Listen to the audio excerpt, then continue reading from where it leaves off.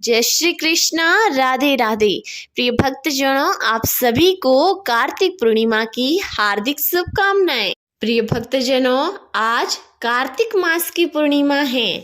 इस पूर्णिमा का महत्व सिर्फ विष्णु भक्तों को ही नहीं बल्कि शिव भक्तों के लिए भी बहुत ज़्यादा खास है। विष्णु भक्तों के लिए ये दिन इसलिए खास है क्योंकि भगवान विष्णु का पहला अवतार इसी दिन हुआ था। प्रथम अवतार में भगवान विष्णु मत्स्य रूप यानी मछली रूप में थे। भगवान को ये अवतार वेदों की रक्षा, प्रलय के अंत तक सप्तऋषियों, अनाजों एवं राजा सत्यव्रत की रक्षा के लिए लेना पड़ा था। इससे सृष्टि का निर्माण कार्य फिर से आसान हुआ और शिव भक्तों के अनुसार इस दिन भगवान भोलेनाथ ने त्रिपुरासुर नामक महाभयानक असुर का संहार कर दिया, जिससे वह त्रिपुरापुरी के रूप में पूजित हुए।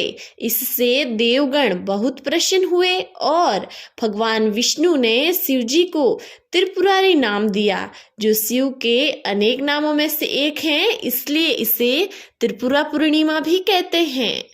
प्रिय भक्तजनों, आप सभी इस वीडियो के अंतर्गत कार्तिक पूर्णिमा की संपूर्ण कथाओं का श्रवण करेंगे, लेकिन इससे पहले मैं आपसे निवेदन करना चाहती हूँ कि अगर आप हमारे इस चैनल पर पहली बार पधारे हैं तो चैनल को सब्सक्राइब अवश्य कर दीजिएगा, क्योंकि इस पर हर रोज विभिन्न प्रकार की धार्मिक कथाएं, विभिन्न व्रतों की कथाएं और अन्य धार्मिक जानकारी भी आपको मिलती रहेगी। इसलिए आपसे निवेदन है कि चैनल को पहले सब्सक्राइब अवश्य कर लीजिए।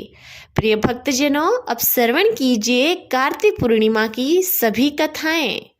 पौराणिक कथा के अनुसार त्रिपुर राक्षस ने 1,00,000 वर्ष तक प्रयागराज में घोर तप किया। इस तप के प्रभाव से सम्मत जड़ चेतन जीव तथा देवता भयभीत हो गए। देवताओं ने तप भंग करने के लिए अप्सराएं भेजी, लेकिन उन्हें सफलता नहीं मिल सकी। आखिर ब्रह्मा जी ने स्वयं उसके सामने प्रस्तुत हुए और वर मांगने का आदेश दिया। त्रिपुर ने वर में मांगा, न देवताओं के हाथों से मरना चाहता हूँ और न ही मनुष्यों के हाथों से मरना चाहता हूँ। यह वरदान के बल पर त्रिपुर निडर अत्याचार करने लगा। इतना ही नहीं, उसने कैलाश पर चढ़ाई भी कर दी। परिणाम स्वरूप महादेव जी तथा त्रिपुर निडर में घमासान युद्ध छिड़ गया।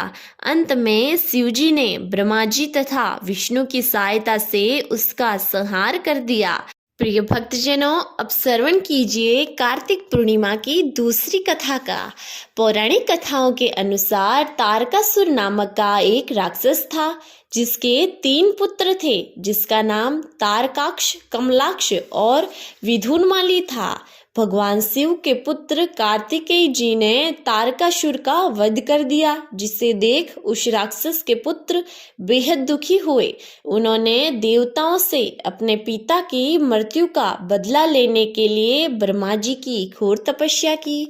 उनकी तपस्या से प्रसन्न होकर ब्रह्मा जी ने उन्हें वरदान मांगने को कहा।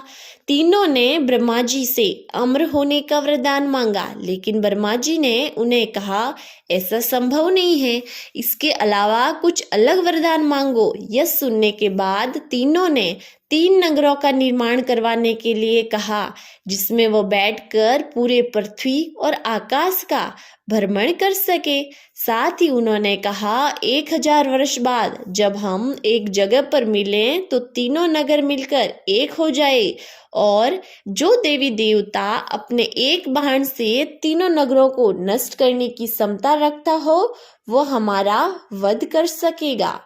तारकासुर के पुत्रों की मनोकामना ब्रह्मा जी ने पूरी की और उन्हें यह वरदान दिया। ब्रह्मा जी ने 3 नगरों का निर्माण करवाया। तारकाक्ष के लिए सोने का, कमलाक्ष के लिए चांदी का और विधुनमाली के लिए लोहे का नगर बनाया गया। वरदान प्राप्त करने के बाद तीनों लोक में आतंक मचा दिया और स्वर्ग पर भी अधिकार स्थापित करने की कोशिश करने लगे, जिससे इंद्रदेव भयभीत होकर भगवान शिव के पास पहुंचे। इंद्रदेव की बात सुनकर महादेव ने एक दिव्य रथ का निर्माण किया और एक बाण में तीनों नगर को नष्ट कर दिया, त्रिपुरासुरों का वध कर दिया। कहते हैं कि इसके बाद भगवान शिव त्रिपुरारी कहलाए थे।